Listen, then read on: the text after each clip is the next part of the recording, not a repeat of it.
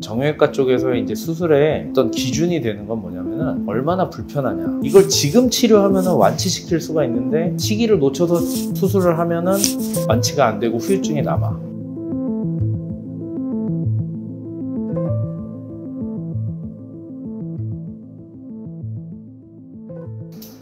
원장님 수술은 언제 받아야 하는 걸까요? 그치, 환자분들이 이제 그런 질문을 많이 하지. 수술을 언제 해야 됩니까? 이제 여러 가지 의미가 있는데, 이제 대부분 환자분들은 그 질문이 이제 예를 들면 수술을 안 하면 안 됩니까? 이런 뜻으로 하는 경우도 많이 있어. 그러니까 예를 들면 수술 안 하고 싶으니까, 그러니까 어떻게든 안 하고 싶으니까 뭐 언제까지 미룰 수 있습니까? 뭐 이런 뜻으로 쓰기도 하고. 근데 이제 솔직히 말하면은 수술을 언제 하냐의 정답은 없다, 라는 거지. 근데 사실 그냥 단순하게 뭐 수술 언제 하는 게 좋냐, 이렇게 이제 물어보는 거면은 우선은 이제 그 수술을 하는 그 질환이 뭐냐, 그걸 먼저 이제 파악을 해야 돼. 그러니까 예를 들면은 이제 나는 이제 정형외과 의사잖아. 정형외과 의사는 대부분 뭐 팔, 다리 이런 사지나 아니면 목, 허리 이런 척추 쪽에 생기는 질환을 치료를 하는 사람이고, 예를 들면은 뭐 아주 뭐 크게 다쳐서 예를 들면 몇 미터, 뭐 한 10미터 되는 데서 떨어져가지고 막 여기가 부러지고 막 어디가 깨지고 찢어지고 뭐 이렇게 해서 외상으로 오는 경우에는 뭐 당연히 그 즉시 거기에 맞는 치료를 해야겠지만, 그게 아니라 대부분 많이 써서 생기는 이제 병들, 그런 질환들 같은 경우에는 이게 수술을 당장 해야 되느냐, 그런 경우는 사실 흔하지 않단 말이지. 근데 이제 예를 들면은 수술을 정형외과에 와서 그렇게 다치거나 아니면 뭐 진짜 심해서 수술을 안 하면은 뭐 앞으로 거동을 못 하거나 뭐 장애가 남거나 할 때는 당연히 수술을 해야겠지만, 그게 아닌 경우에는 사실 환자분들이 와서 이거 꼭 수술해야 됩니까?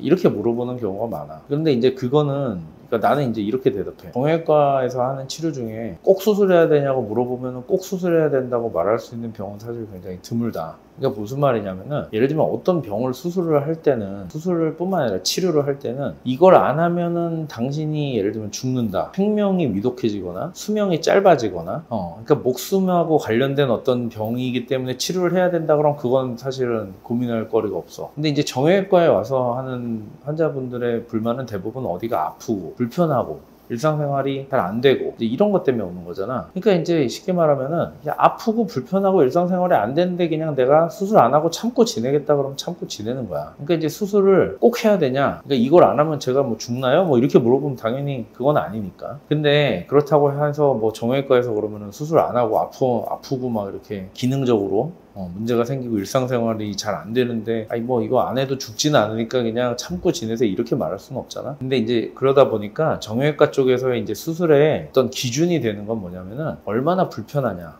그러니까 얼마나 불편하냐, 이제 첫 번째 우리가 제일 흔하게 적용하는 기준은 일상생활을 하는데 문제가 있느냐 라는 거야. 예를 들면 내가 요 앞에 이제 한 50m 있는데 있는 슈퍼마켓을 가야 되는데 그 정도를 걸어가기도 힘들 정도다 라고 하면은 그거는 문제가 있는 거지. 뭐 아니면 아침에 자고 일어나서 화장실에 가서 세수를 해야 되는데 허리를 못 숙이겠다, 이런 건 문제가 있는 거지. 그러니까 이제 그렇게 기본적인 일상생활도 안 될 정도의 불편함이라 그러면은 우리가 수술 고려합시다, 이렇게 얘기를 하는 건데, 그것도 이제 병마다 틀려. 그러니까 이제 우리가 수술을 하는 경우는 크게 두 가지가 있어. 첫 번째, 정형외과 쪽에서 수술하는 경우 첫 번째는 뭐냐면은 보존적인 치료, 예를 들면 약도 먹고 주사도 맞고 뭐 물리치료도 하고 이제 비수술적인 치료를 다 해봤는데도 해결이 안 돼. 그러니까 모든 치료에 실패해서 어쩔 수 없이 수술 아니면 해결이 안 되겠습니다라고 했을 때 하는 수술이 첫 번째인 것이고, 두 번째는 뭐냐면은 이거는 애초에 수술이 아니면 해결이 안 되는 그런 병인 경우에 우리가 수술을 하자고 해. 그러니까 이제 정형외과 쪽에서는 이제 그렇게 두 가지로 보면 돼. 그리고 이제 요게 지금 정형외과 우리 쪽에서는 솔직히 말하면은 어떻게 보면 단일과에서 정말 가장 다양한 수술을 하는 과라고 볼 수 있지. 사실 뭐 손가락만 해도 할 수 있는 수술이 굉장히 많고, 뭐 손목, 발목, 무릎, 뭐 고관절, 어깨, 팔꿈치, 허리, 목 굉장히 다양하기 때문에 어떤 일관적인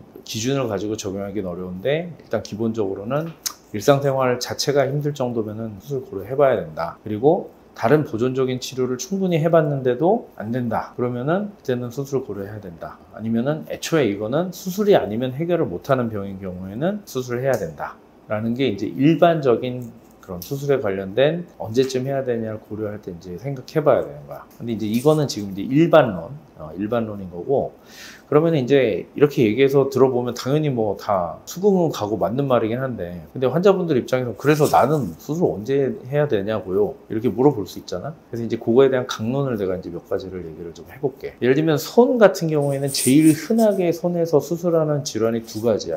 첫 번째는 우리가 흔히 손목 터널 증후군이라고 하는 그런 병인데, 얘는 우리가 손으로 가는 목에서부터 내려오는 신경이 크게 세 가지가 있는데, 정중신경이라는 게 하나 있고, 척골신경이라는 게 있고, 요골신경이라는 게 있거든. 근데 그 중에 정중신경이 요 손목 안에 손목 터널이라고 하는 이렇게 뼈들이 터널 모양으로 돼 있고, 그 위에 인대가 붙어있는 그 사이를 지나가는 신경이 하나 있어. 근데 얘가 눌리는 병 굉장히 흔하거든? 손에서 굉장히 흔하게 오는 질환, 수술을 제일 많이 하는 병이라고 이제 볼 수 있는데, 근데 이 손목 터널 증후군 같은 경우에는 일단은 요 손목으로 지나가는 신경에서 눌린단 말이야. 눌려있는 상태인 거지, 계속. 그러니까 눌리는데, 이게 이제 예를 들면은 보통 자다 보면 새벽에 손이 저려요. 왜냐면 잘 때 이제 손 쪽으로 가는 혈액순환이 안 좋아지니까 신경이 눌려있는 상태에서 손이 저리면 자다가 막 깨고 이러신다고. 근데 예를 들면 나는 환자분들한테 이제 뭐 자다가 깰 정도면 수술 고려해 보십시오, 이제 얘기를 그렇게 하긴 하는데, 실질적으로 이 손목 터널 증후군 같은 병은 이게 신경이 눌리면 대략 한 6개월에서 1년 정도가 됐다고 하면 이거는 수술을 하는 게 맞아. 그래서 예를 들면 약을 먹기도 하고 주사를 맞아보기도 했는데도 계속 손이 저립니다 라고 하면 이건 수술을 하는 게 맞아. 근데 왜 그러냐면은 이건 신경이 눌려있는 거란 말이야. 그럼 눌려있는 신경이 오랫동안 눌려있으면 어떻게 되냐면은 이 신경 자체가 손상이 돼. 그래서 이걸 손목 터널 증후군은 우리가 보통 뭐 신경 근전도 검사 같은 걸 해서 이제 진단을 하는데, 보통 이제 초기, 중기, 말기 이렇게 나누거든. 그럼 이제 초기나 중기 같은 경우에 수술하면은 거의 뭐 원래대로 신경이 다 돌아온단 말이야. 근데 말기 이제 신경이 아주 많이 망가지면은 수술을 해도 신경이 다 안 돌아와. 후유증이 남아. 무슨 말이냐면은 손목 터널 증후군 같은 병은 신경이 지나가는 길이 좁아져서 신경이 눌려 있는 거를, 우리가 하는 수술이라는 건 뭐냐면 그 누르고 있는 걸 째가지고 신경이 눌리지 않게 풀어주는 거야. 그러니까 망가진 신경을 고치는 그런 수술이 아니거든. 그러니까 신경이 이미 망가진 다음에 이걸 수술했다라고 하면은, 물론 말초신경이기 때문에 시간이 지나면서 어느 정도 회복은 되지만 어느 정도 이상의 손상을 받은 신경은 회복을 못해. 그러면 여기에 이제 신경이 손상이 많이 되면 여기 있는 근육도 막 다 이게 빼짝 마르고 이제 이런 건데, 수술을 했지만 그런 게 안 돌아온다고. 그러다 보니까 손목 터널 증후군은 어느 정도 보존적인 치료를 해서 6개월이고 1년이고 시간이 지났는데 만약에 해결이 안 되고 점점 심해지고 여기는 근육이 마르고 자다가 손이 저려서 자꾸 깨는 일이 반복된다 라고 하면 이거는 수술을 하는 거야. 왜냐면 이건 그냥 수술하는 걸로 바로 완치가 돼버려. 물론 이제 수술 잘해야겠지만, 그러니까 이거는 수술 증상이 발생되고 시간이 어느 정도 흘러서도 해결 안 되면은 수술하는 타이밍을 잡고 수술을 하는 게 답이라는 거지. 근데 손에 생기는 두 번째, 그 손목 터널 증후군만큼 많이 생기는 병이 뭐냐면은 방아쇠수지라는 게 있어. 손가락에 딸꺽딸꺽 거리는 거야.